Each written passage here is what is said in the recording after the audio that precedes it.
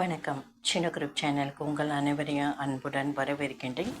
நாம் செய்யும் எந்த ஒரு செயலிலும் உண்மை, நியாயம், தர்மம் இருக்கணும். சத்தியம் இருக்கணும். முக்கியமாக உண்மைனாவே நம்ம சத்தியத்தோட நம்ம இணைந்திருப்போம் இல்லைங்களா?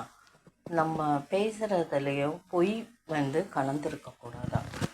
நம்ம செய்கிற முயற்சியில் ஸ்ரீ அன்னையோட துணையோடு நாம் செய்யும் பொழுது அதில் சத்தியம் நிறைஞ்சு இருந்தோம்னா ஸ்ரீ அன்னையின் செயல்பாடு தங்கு தடையின்றி அங்கு செயல்படுத்துவாங்க ஸ்ரீ அன்னை. சில விஷயங்களில் தடை நமக்கு வரும்.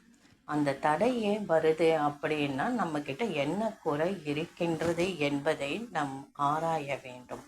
அதை நம்ம நிவர்த்தி செய்து விட்டால், நம்மக்கிட்ட இருக்கிற தவறை நிவர்த்தி செய்துவிட்டு அன்னையிடம் நாம் பிரார்த்தித்தால் நம்மளுடைய பிரார்த்தனை நிச்சயமாக நிறைவேறும்.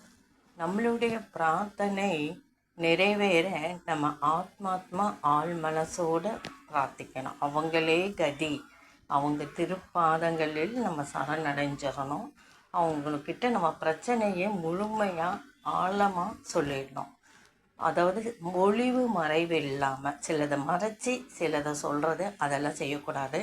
ஒளிவு மறைவில்லாமல் சொல்லணும். நம்ம ஒளிவு மறைவில்லாமல் சொல்லும் பொழுது அந்த பிரார்த்தனை தங்கு தடையின்றி நிச்சயமாக ஸ்ரீ அன்னை நிறைவேற்றுவாங்க.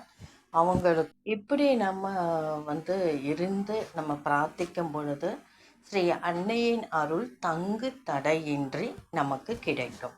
இந்த பதிவு பிடிச்சிருந்தால் லைக் பண்ணுங்கள், ஷேர் பண்ணுங்கள், சப்ஸ்கிரைப் பண்ணுங்கள், கமெண்ட் பண்ணுங்கள். நன்றி.